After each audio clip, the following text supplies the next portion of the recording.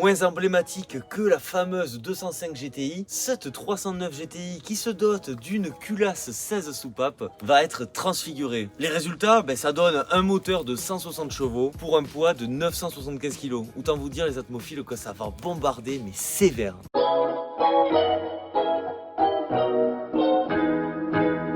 Ah, les atmophiles, on est quand même bien sur cet estuaire de la Gironde. Regardez-moi ça. Les vignes, le bon vin, la vinasse. Jamais cru que c'était le gramme. Si le cadre est magnifique, ici on n'est pas venu pour trier les lentilles, mais plutôt pour parler d'une voiture assez légendaire. Peugeot, lorsqu'ils ont lancé leur 205, il faut dire qu'ils n'étaient pas au top. Et finalement, ça a été un succès carrément monumental. Et la version qui a le plus fait parler la passion, c'était bien évidemment la 205 GTI. Et donc Peugeot, quelques années plus tard, soit en 1987, va tenter de reproduire la même chose avec leur véhicule un petit peu moins glamour, mais bon, qui a quand même rencontré un certain succès, à savoir la 309.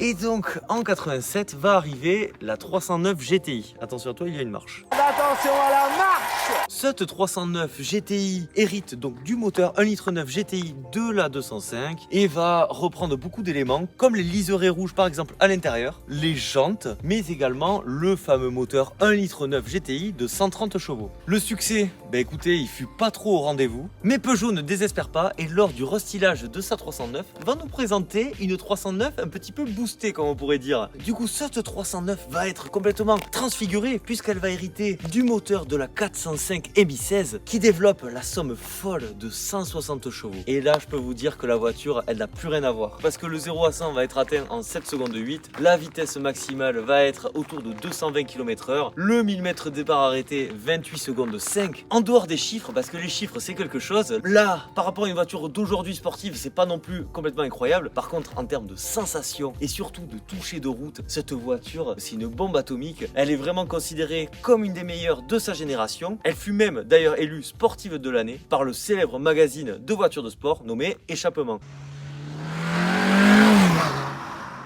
On parlait tout à l'heure du fait que cette 309 GTI a un succès bien plus modeste que la 205 GTI. Je pense qu'on sait pourquoi. Bon voilà, moi je vais pas vous le cacher. C'est vrai qu'en termes de design, c'est pas ma Peugeot préférée. Et loin de là. Écoutez, c'est ça aussi qui fait son charme. C'est-à-dire que c'est vraiment ce qu'on pourrait appeler un sleeper. Et pourquoi donc? Regardez-moi cette face avant. Il n'y a pas énormément de sport au programme. On n'a pas du tout l'impression que c'est l'une des sportives les plus réussies de sa génération. Cette couleur bleu Miami qui la caractérise, qui est vraiment sublime. Ça par contre ce bleu vraiment il fait la différence parce que je pense si on lui mettait un blanc société, tout le monde la verrait peut-être même à la casse. Le propriétaire va peut-être pas être complètement d'accord avec moi. Je trouve qu'il n'y a pas de quoi s'enthousiasmer, surtout sur la partie avant. Alors si on va sur le profil, déjà je trouve que ça va un peu mieux. On retrouve les jantes caractéristiques de la 205 GTI qui sont aussi donc sur ce véhicule. C'est assez pratique pour la protection de la carrosserie. Il y a des protèges carrosserie un petit peu partout. Les pare-chocs ils se sont pas embêtés à les peindre quand même, ça serait vulgaire. De profil, je trouve que ça va, notamment quand on se rapproche de l'arrière. On a un semblant de sport. Cette lunette arrière qui nous permet d'avoir un haillon, et ça c'est quand même pratique. Une hausse de sport avec ce petit aileron, c'est dans le détail, mais ça fait plaisir quand même lorsqu'on achète un véhicule à connotation sportive. Autre détail incroyable, GTI 16. Je ne vous ai pas menti, ce n'était pas une 309 basique société que l'on a rebadgée, mais bien une 309 GTI 16. Et ça fait la différence, je peux vous le dire. Sinon, qu'est-ce qu'on retrouve? Toujours pare-choc à l'arrière non peint quoi, donc caractéristique même des sportives, non je plaisante. Ouais, c'est marrant. Des feux qui sont, ma foi, assez basique, classique. Maintenant ils font des bandeaux un peu plus fins, mais dans l'idée on pourrait dire que c'est presque les Peugeot modernes font un clin d'œil à ces Peugeot là, je suis pas sûr, mais bon. Au final il n'y a pas grand chose à dire sur le design, je vous l'avoue. Je suis quand même vraiment très mitigé, c'est pas un coup de cœur niveau design. En revanche j'aime beaucoup la couleur est magnifique. Et aussi ce qui est génial c'est lorsque l'on veut de la puissance mais sans faire m'as-tu vu. Là pour le coup c'est compliqué de trouver une sportive moins m'as-tu vu que celle-ci. Pourquoi on achète une 309 GTI? Vraiment pour le coffre, comparé à la 205 GTI. Regardez-moi, il est immense, c'est un monstre. 397 litres. Et puis alors là, regardez, 309 GTI 16. Parce que la GTI 16, c'est vraiment autre chose qu'une 309 GTI classique. Attention, vous êtes prêts?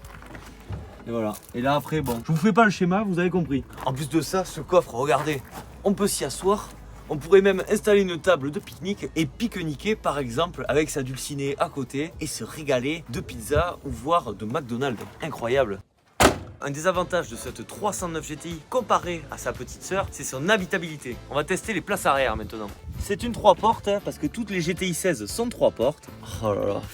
Un moelleux digne de Citroën. Et franchement, ça c'est un beau compliment que je fais. Mais c'est confort quoi, ça donne envie de faire une petite sieste. Les sièges sont vraiment très moelleux, plus qu'à l'avant où ils sont plus fermes. Notamment avec les sièges voilà, qui maintiennent beaucoup plus le corps. Ici à l'arrière, c'est la détente. Par contre, j'aimerais pas être à l'arrière si Sébastien Loeb était devant. Parce que cette voiture, elle lui plairait fortement je pense. Tellement elle est sportive et incisive. Années 90 oblige. Hop, le petit Sandar. Je profite de ce moment assez pluvieux pour vous inviter, si vous êtes toujours en train de regarder cette vidéo, à lâcher un like, à vous abonner à la chaîne pour ne rien louper. Pour vous, c'est pas beaucoup, pour moi, ça représente énormément. Donc merci beaucoup si vous le faites. On retourne à la vidéo maintenant. Ça vaut pas le coffre, mais quand même, je trouve que ça a son importance sur une voiture comme celle-ci, le moteur. Et ce bloc développe la bagatelle de 160 chevaux, les atmophiles. Je ne sais pas si vous vous rendez compte. Pour vous donner une idée, sa rivale française, la Renault 19 en version la plus puissante, faisait 140 chevaux. On reconnaît que c'est une 16 valves parce que c'est écrit là, hein, ils sont malins chez Peugeot. Au cas où qu'on confonde, voilà. Donc c'est une GTI, mais c'est surtout une GTI 16. Et ça, vraiment, ça leur tient à cœur. Parce que donc, comme je l'ai dit, ce moteur est le même que celui de la 405 Mi16, à la différence près que cette 309 GTI 16 est beaucoup plus légère. Donc les performances sont... Je sais qu'on est dans les années 90, mais bon, j'aime les vérins moi, et là, ils me plaisent pas. Regardez-moi ce poste de pilotage. Alors déjà ce volant, il est quand même très sympathique. Gainé de cuir, une des rares options de ce véhicule, accompagné des vitres électriques, ces deux tirettes là, qui permettent d'ouvrir les fenêtres arrière. Attention, vous n'allez pas être prêts. Ça c'est vraiment le genre de détail que je trouve très sympathique. C'est presque Citroënesque. Alors quand on veut voir les compteurs, eh bien, écoutez, il y en a quand même 6. Toutes les informations nécessaires pour le pilotage. Il y a l'heure, c'est assez sympa. Ensuite vraiment on est chez Peugeot donc c'est quand même assez classique. Tout ce qui va être ventilation, chauffage. Le radio CD de 1990 bien sûr. Et une voiture des années 90 avec bien sûr l'allume-cigare pour le cigarios. Le levier de vitesse, ce chrome est rajouté, ce qui ajoute un petit gain en sportivité. C'est vrai que mis à part cette couleur bleue un petit peu spécifique à ce modèle et quelques inscriptions GTI ici et là, on aurait l'impression d'être à bord d'une 309 classique. Oh là là, premier pas, ah, la direction assistée, ça fait tellement plaisir les atmophiles. Direct dans les tours. Oh là là, putain, ah oui. Wow. Mon Dieu. Ah ouais. Ah les freins, ouais, les freins ils sont des années 90, ouais. C'est assez énervé. Mais que c'est drôle. Ah ouais. J'ai l'impression que passer 4000 tours, la voiture devient vraiment différente. Alors là, putain, ah oui.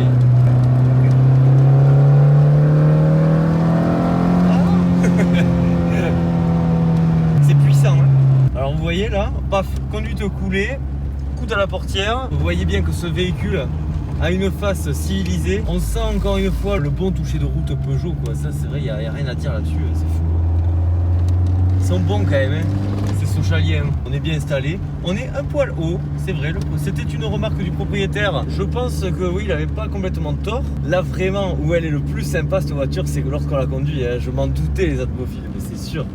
Trop bien. J'en profite hein, pour remercier le propriétaire pour nous avoir prêté ce superbe bolide qui est quand même dans un état juste irréprochable. Conduire des voitures comme ça, qui ont une véritable âme, c'est trop bien, très marrant, très fun et très facile surtout. Allez. Direction assistée. On a déjà dit. Oh. Allez, on accélère un petit peu. Allez, c'est parti.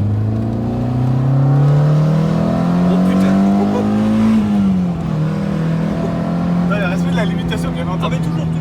Hein? Oh là là. Mais j'ai l'impression d'être dans un rallye. Franchement c'est impressionnant. Mi-ange, mi-démon, hein, vraiment. Ça a une poussée quand même. Je peux vous dire que franchement, elle a un bon châssis, c'est pas mal, hein, vraiment. Peugeot à chaque fois de toute façon, c'est vrai hein. Même des Peugeot un peu nuls, je suis toujours agréablement surpris du châssis. C'est vrai que ça, c'est vraiment leur particularité, c'est assez incroyable. C'est une sportive qui m'a l'air vraiment pointue pour les spécialistes, mais si on n'est pas un pro, elle se conduit vraiment très tranquille. Cette voiture, c'est une boule de nerfs, elle est rageuse, elle est pleine quasiment partout, surtout en régime. Et puis regardez, ça s'emballe, ça part. Ah ouais. Bon là il y a des gens, alors on va se calmer. Mais quand même, oh là là là là là là là. Vous allez me demander, est-ce que ce véhicule est-il envisageable en daily? Alors en daily, possiblement, mais il y a quand même des choses à savoir. Déjà, ce véhicule est assez rare. Il y a eu exactement 5895 309 GTI 16 vendus contre environ 300 205 GTI, pour vous dire quand même l'écart au niveau des ventes. Cette rareté fait forcément augmenter les tarifs, donc la 205 GTI, elle est complètement inaccessible et je vous déconseille fortement d'acheter ce véhicule parce que franchement, pour le prix que ça coûte maintenant, il y a des véhicules bien plus intéressants à mon sens. Et donc cette 309 GTI, étant donné qu'elle a été quand même très peu produite, sa cote augmente forcément, mais moins rapidement que la 205 GTI. Pour un modèle comme celui-ci, donc celui-ci exactement, il a coûté 16 000 €, il a 221 000 km, par contre son entretien est vraiment impeccable. Vous pouvez le voir, hein, la voiture elle est dans un état presque état concours. En termes de fiabilité, c'est un moteur qui est vraiment très fiable, donc là-dessus il n'y aura pas de souci. Après, c'est toujours pareil, c'est une voiture quand même à connotation sportive, la consommation va être un petit peu plus élevée, l'entretien aussi, et puis surtout il faudra trouver un modèle vraiment dans un super état, et ça devient de plus en plus rare. Donc possiblement oui en daily, parce qu'en plus vous avez de la place, vous avez un grand coffre, mais attention les atmophiles, c'est pas non plus l'assurance tout risque. Et puis je rappelle que cette voiture a tout de même plus de 30 ans, et ça peut faire bizarre lorsque l'on a l'habitude des voitures modernes. En termes de comportement, de ressenti, vraiment ça va fleurer bon les années 90, mais je ne peux que vous la conseiller si elle vous intéresse énormément.